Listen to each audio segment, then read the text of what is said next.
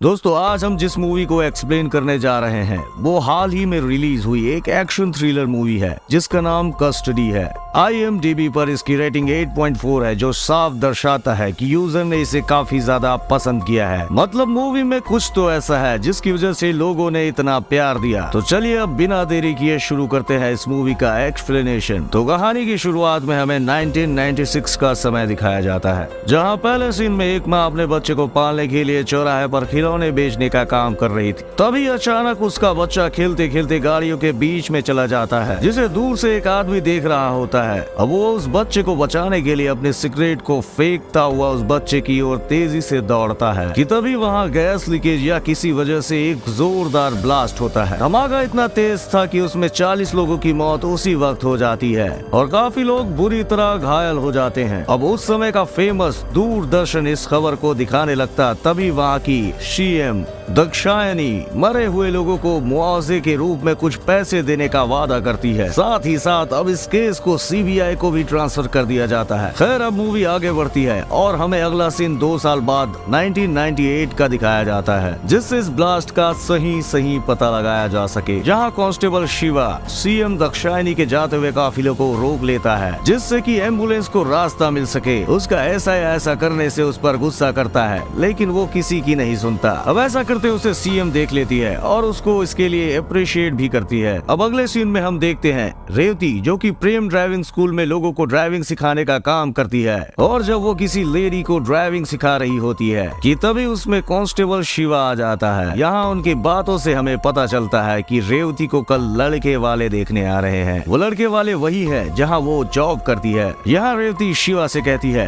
कि इससे पहले वो लोग आ जाएं, तुम मेरे घर आकर मेरा हाथ मांग लो, कहीं ऐसा ना हो कि देर हो जाए। दरअसल शिवा और रेवती बचपन से ही एक दूसरे को जानते हैं और प्यार भी करते हैं। अब अगले दिन जब शिवा पुलिस स्टेशन पहुंचता है तो वहां SI उसे फिर से डांटने लगता है क्योंकि उसके मना करने पर भी उसने CM की गाड़ी को रोका था। वहां शिवा उसकी बातों पर ज्यादा ध्यान नहीं देता और शाम को अपने घर आकर सभी से रेवती के बारे में बात करता है और उनसे रेवती के घर चलने को कहता है जिससे उन दोनों की शादी की बात कर सके। अब शिवा की फैमिली लड़की का फोटो देखकर उसे पसंद कर लेती है और इसके लिए मान जाती है। फिर सभी अगले दिन रेवती से मिलने के लिए मंदिर पहुंचते हैं क्योंकि खबर थी कि रेवती और उसकी फैमिली मंदिर में ही है। तब तक रेवती की फैमिली उसी प्रेम से रेवती की एंगेजमेंट कर देती है लेकिन जब तक शिवा और उसकी फैमिली वहां पहुंचती है अब शिवा की फैमिली को वहां देखकर रेवती के परिवार वाले भड़क जाते हैं और उनके साथ बदतमीजी करने लगते हैं और धीरे धीरे बात काफी ज्यादा बढ़ने लगती है। अब फाइनली शिवा रेवती से कहता है कि रेवती अगर सच में तुम मुझसे प्यार कर तो अभी भी समय है, मेरे साथ चलो, मैं सब संभाल लूंगा। अब रेवती कुछ कह पाती कि तभी उसकी माँ उसका हाथ पकड़कर उसे पीछे खींच लेती। अब अगले दिन जब शिवा वापस पुलिस स्टेशन पहुंचता है और SI फिर से उसे पकड़ लेता है और कहता है कि रेवती की फैमिली ने तुम्हारे खिलाफ कंप्लेंट दर्ज कराई है। अब शिवा का दिमाग तो पहले से काफी खराब था तो वो SI से कहता है कि ये मेरा पर्सनल मैटर है, आप इससे दूर रहें। और इसी बहस में उन दोनों के बीच झगड़ा होने ही वाला होता है तो तभी वहाँ का हेड कांस्टेबल मनी उनके बीच आकर उन्हें अलग कर देता है और फिर शिवा को डांटते हुए कहता है कि जब तुमको पता है कि हमारा SI कैसा है तब भी तुम उसके साथ बहस कर रहे हो। वो शिवा को समझाता है कि तुम अपने गुस्से को SI बनने तक काबू में रखो। अब शिवा जैसे ही अंदर आता है तभी रेवती शिवा को पुलिस स्टेशन कॉल करके उसे बाहर मिलने के लिए बुलाती है। वो मना करता है पर मनी के कहने पर बाहर चला जाता है। यहाँ रेवती शिवा से कहती है कि मैं अब अपने घर से आ गई हूँ और अब हम जल्दी से शादी कर सकते हैं। शिवा कहता है कि काश ये बात तुम कल सभी के सामने बोल देती तो मेरी और मेरे परिवार की इतनी बेइज्जती नहीं होती।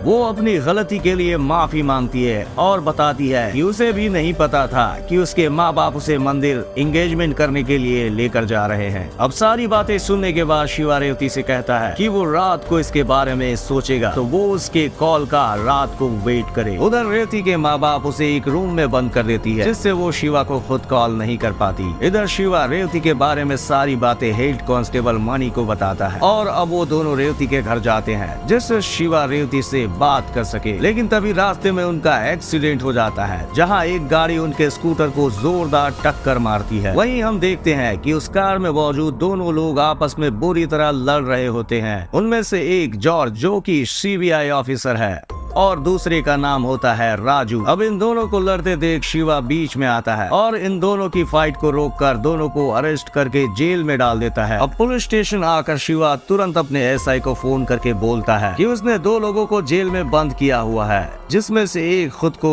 सीबीआई ऑफिसर बता रहा है और दूसरे का नाम राजू है। एसआई कहता है तुम फिलहाल कोई एफआईआर मत लिखो, मैं आकर देखता हूँ, तुम तब तक इन दोनों पर नजर रखो बस। वहीं हम दूसरी ओर सीएम दक्षानी को देखते हैं जो आईजी नटराज को कॉल करके बोलती है कि राजू किसी पुलिस स्टेशन के लॉकअप में है, उसे जल्दी से बाहर निकालो। इधर जॉर्ज शिवा को जोर जोर से बोल रहा होता है कि भाई मैं सीबीआई ऑफिसर हूँ, कोई अपराधी नहीं, ये राजू एक बड़ा क्रिमिनल है जिसने काफी सारे मर्डर किए हैं और 2 साल पहले जो ब्लास्ट हुआ था उसमें भी इसका हाथ था। यहाँ वो अपने चीफ वर्गीस का नंबर देकर कहता है कि जल्दी से उन्हें कॉल कर मेरे बारे में पूछो। अब शिवा उस नंबर पर कॉल करके सच पता करने की कोशिश करता है। तब वर्गीस शिवा को बताता है कि जॉर्ज एक सीबीआई ऑफिसर है और राजू एक क्रिमिनल है जिसे कल किसी भी हाल में बेंगलोर के कोर्ट में पेश करना है। तुम दोनों को वहीं रखो, मैं अपने ऑफिसर्स को वहां जल्द से जल्द भेजता हूं। अब थोड़ी देर बाद वहां आईजी नटराज और पुलिस स्टेशन का एसआई भी आ जाता है। तभी एसआई वहां से सभी कांस्टेबल को बाहर जाने को बोलता है और फिर जॉर्ज और राजू को लॉकअप से बाहर निकालकर जॉर्ज को गोली मारने ही वाला होता है कि तभी शिवा वहां आ जाता है। वो जल्दी से उसे गिरा देता है जिसकी वजह से उसकी बुलेट जॉर्ज को ना लगकर सीधे राजू के पेट में जा लगती है।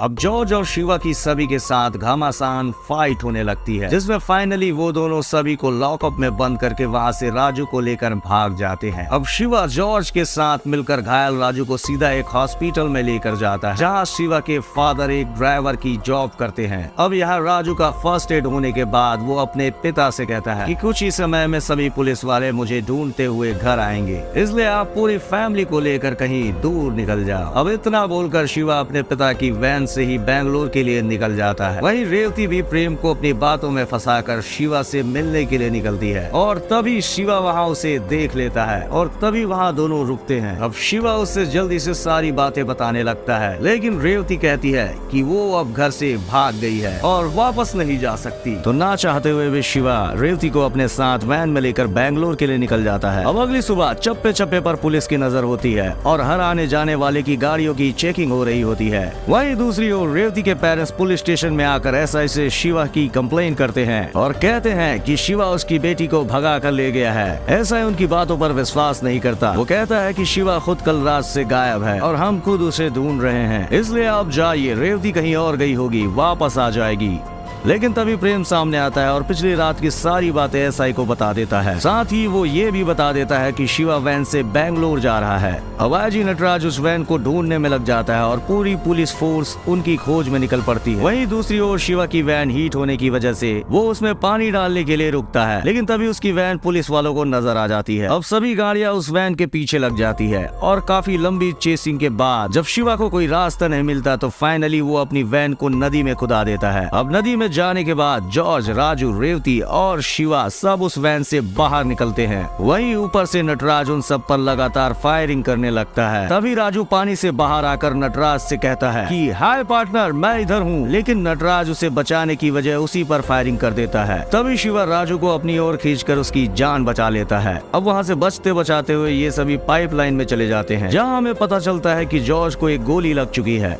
अब वो शिवा से कहता है कि तुम राजू को लेकर जल्द से मेरे चीफ वर्गीस के पास पहुंचो, क्योंकि राजू का कोर्ट में पहुंचना बहुत जरूरी है। तब तक मैं इन सभी को यहाँ रोकने की कोशिश करता हूँ। अब शिवा राजू और रेवती को अपने साथ लेकर वहाँ से आगे निकल जाता है और इधर जॉर्ज की नटराज के साथ जोरदार फाइट होने लगती है, जहाँ फाइनली नटराज जॉर्ज को मार देता है। अब आगे वो इन तीनों के पीछे जाता है, जहाँ नटराज फाइनली उनके सामने आ ही जाता है। यहाँ हमें पता चलता है कि नटराज और राजू दोनों क्राइम पार्टनर हुआ करते थे, लेकिन अब सीएम के कहने पर ही नटराज राजू को मारने के लिए उसके पीछे पड़ा हुआ है। लेकिन कैसे भी करके फाइनली शिवा उन दोनों को लेकर किनारे पर आ जाता है। वही नटराज और उसकी टीम दूसरे किनारे पर होती है। अब फाइट के दौरान ही उस पाइपलाइन में अचानक से काफी सारा पानी आ जाता है, जिसके बाद लोग पानी में बह जाते हैं। उधर हम सीएम के ताऊ जी को देखते हैं जो दक्षानी दाक्षायणी से कहते हैं कि मैंने और तुम्हारे पापा ने मिलकर इस पार्टी को यहाँ तक पहुँचाया है, गलती से भी कोई दाग इस पार्टी पर नहीं जाना चाहिए, ध्यान रहे। दाक्षायणी कहती है कि ऐसा नहीं होगा। अब वो तुरंत नटराज को कॉल करके बोलती है कि अगर राजू पकड़ में आ गया तो मेरे और तुम्हारे साथ साथ काफी सारे लोग जेल में जा सकते हैं, इसलिए उसे जल्द से जल्द पकड़कर खत्म करो, जितनी फोर्स चाहिए इस्तेमाल करो, मैं परमिशन देती हूँ, बस राजू किसी तरह पकड़ा नहीं जाना चाहिए। इधर वो तीनों जंगल के रास्ते आगे बढ़ने लगते हैं। तभी राजू रेवती और शिवा को बताता है कि वो सीएम दाक्षायणी से पहली नजर में प्यार करने लग गया था, लेकिन कभी उसे बता नहीं पाया, और आज जिससे मैं प्यार करता हूँ वही मुझे खत्म करना चाहती है,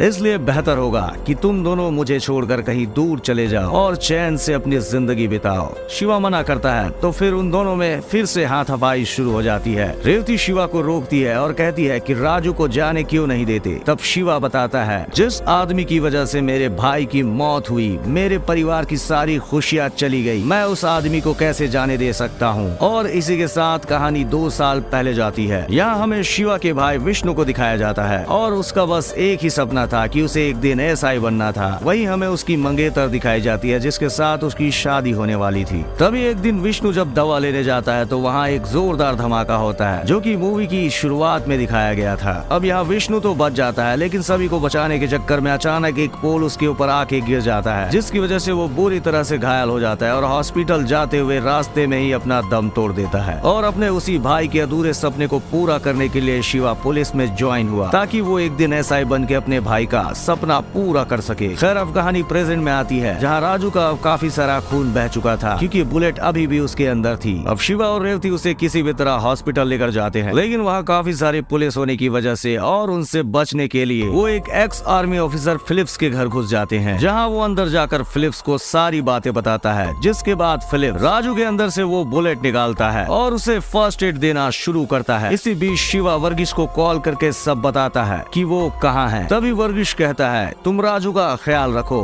और वहीं रहो, मैं अपने ऑफिसर्स को वहां भेजता हूं। अब वर्गीस जल्दी से एक ऑफिसर को कॉल करता है जो उस समय पूछताछ के सिलसिले में नटराज के पास ही होता है। वो उसको शिवा की करंट लोकेशन बताते हुए कहता है कि गलती से भी इसकी भनक आईजी नटराज को नहीं लगनी चाहिए। खैर अब इसके बाद वो ऑफिसर अपनी टीम के साथ फिलिप्स के घर पहुँचता है और उनको लेकर बैंगलोर के लिए निकल पड़ता है, लेकिन नटराज को उस ऑफिसर पर तभी शक हो चुका था तो वो भी उनके पीछे ही था और थोड़ा आगे जाने पर वो उनकी गाड़ी को रोककर उन पर फायरिंग करना शुरू कर देता है। लेकिन तभी वहाँ एंट्री होती है फिलिप्स की, जो अपनी मशीन गन से नटराज और उसकी टीम के छक्के छुड़ा देता है, लेकिन फाइनली नटराज फिलिप्स को मार देता है। इसी बीच मौका पाते ही शिवा रेवती और राजू को लेकर वहाँ से भाग निकलता है और उनको लेकर एक गाड़ी में छुप कर बैठ जाता है। वो राजू से कहता है कि तुम्हें मारने के लिए कितने लोग पीछे पड़े हैं, अभी भी समय है, तुम्हें जाकर बैंगलोर कोर्ट में सभी के खिलाफ गवाही देनी चाहिए जिससे वो सभी लोग पकड़े जाएं जो तुम्हारी जान के पीछे हाथ धोकर पड़े हैं। अब जिस गाड़ी में वो तीनों छुप कर बैठे थे वो एक शादी में जाके रुकती है, जहां बाहर निकलते ही एक लेडी रेवती को पहचान लेती है और कहती है, तुम्हारे पापा ने बताया है नहीं कि तुम शादी में आ रही हो, चलो जल्दी से अंदर, मैं तुम्हें रेडी करती हूँ। ऐसा बोलकर वो रेवती को अपने साथ अंदर ले जाती है। फिर वो सीधा पापा को कॉल करके पूछती है कि आपने तो कहा था रेवती की शादी है और उसके साथ आप यहाँ क्यों नहीं आए। ये सुनकर रेवती के फादर शॉक हो जाते हैं और उसे बताते हैं कि रेवती शादी से भाग गई थी, तुम जल्दी से उसे रूम में बंद कर दो, तब तक हम वहाँ पहुँचते हैं। अब वो जल्दी से मौका पाते ही रेवती को रूम में बंद कर देती है और बाहर राजू और शिवा उसे ढूंढने लगते हैं। इसी बीच रेवती की फैमिली वहां पहुंच जाती है और उसे अपने साथ ले जाने लगती है। तब शिवा उन सभी का सामना करता है और रेवती को वहां से अपने साथ ले जाने लगता है, लेकिन अब उसे राजू नजर नहीं आता।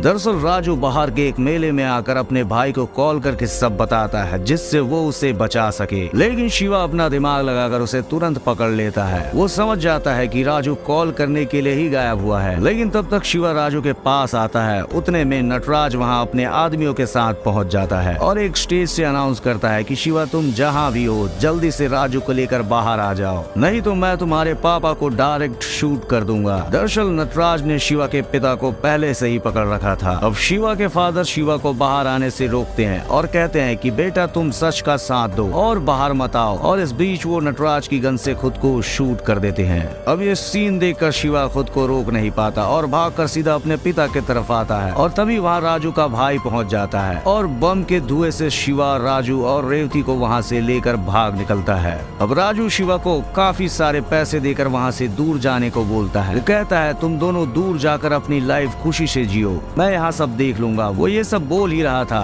तभी उसका भाई उस पर अटैक कर देता है। क्योंकि राजू पर काफी बड़ा इनाम था तो पैसे के लालच में आकर वो अपने भाई राजू पर ही हमला कर देता है। लेकिन राजू यहाँ भी बच जाता है और उल्टा अपने भाई पर ही हमला कर देता है। अब जल्दी से वो तीनों वहाँ से भागते हुए ट्रेन में चढ़ जाते हैं। यहाँ आकर वो राजू से कहता है कि अब तक सीएम थी लेकिन अब तो तुम्हारा खुद का भाई भी तुम्हारा सगा नहीं रहा। ये क्राइम और पैसा बहुत बुरी चीज है। अभी भी समय है, मेरी बात मान लो और कोर्ट में जाकर सब कुछ सच सच बता दो। इसी बीच नटराज और उसके आदमी भी ट्रेन में चढ़ जाते हैं और यहाँ फिर से एक बार एक खतरनाक एक्शन सीन शुरू होता है। इसी बीच शिवा और रेवती की जान बचाने के लिए राजू ट्रेन की बोगियों को अलग कर देता है और फाइनली अब नटराज राजू को मार ही देता है और चैन की सांस लेता है। अब नेक्स्ट सीन कोर्ट का दिखाया जाता है जहाँ सीएम का वकील कहता है कि सीबीआई के पास कोई पुख्ता सबूत ना होने की वजह से इस केस को यहीं खत्म करके सीएम दाक्षायणी जी को बेकसूर साबित किया जाए। तभी सीबीआई का वकील सबूत होने की बात करता है और तभी एंट्री होती है हमारे हीरो शिवा की। अब कोर्ट में आते ही वो सभी को राजू की रिकॉर्ड की गई वीडियो को दिखाता है जो उसने ट्रेन के कैमरे में शूट की थी। दरअसल ट्रेन में उसे एक पैसेंजर के पास कैमरा मिला था तो उसी समय जल्दी से उसने उसका बयान रिकॉर्ड कर लिया था क्योंकि उसको शक था कि नटराज कहीं राजू को मार न दे। अब वो रिकॉर्डिंग शुरू होती है जिसमें राजू बताता है कि कैसे उसने सीएम दाक्षायणी के कहने पर इतने सारे जुर्म किए और 2 साल पहले वाला ब्लास्ट भी उसने दाक्षायणी के कहने पर ही किया था। दरअसल आईआईएस राधाकृष्णन के पास दाक्षायणी के खिलाफ काफी सारे सबूत थे और एक दिन जब वो उसके घर आया तो दाक्षायणी ने उसके सर पर इतने वार किए कि उसने वही दम तोड़ दिया। इसके अलावा एंड में राजू दाक्षायणी से अपने वन साइड प्यार का इजहार भी उस वीडियो में करता है और फिर उसकी मौत को एक एक्सीडेंट दिखाने के लिए उसने राधा कृष्णन की कार में ब्लास्ट करवाया था। और फाइनली सीएम दाक्षायणी और आईजी नटराज के साथ जो भी लोग इसमें शामिल थे उन सभी को कोर्ट सजा सुना देती है और इसी के साथ ये कहानी यहीं खत्म होती है। दोस्तों ये थी क्राइम थ्रिलर और एक्शन से भरपूर मूवी। आपको ये मूवी की कहानी कैसी लगी हमें कमेंट में जरूर बताएं और साथ ही चैनल को सब्सक्राइब करना बिल्कुल ना भूलें। फिर होगी मुलाकात एक नए कहानी के साथ, तब तक के लिए गुड बाय।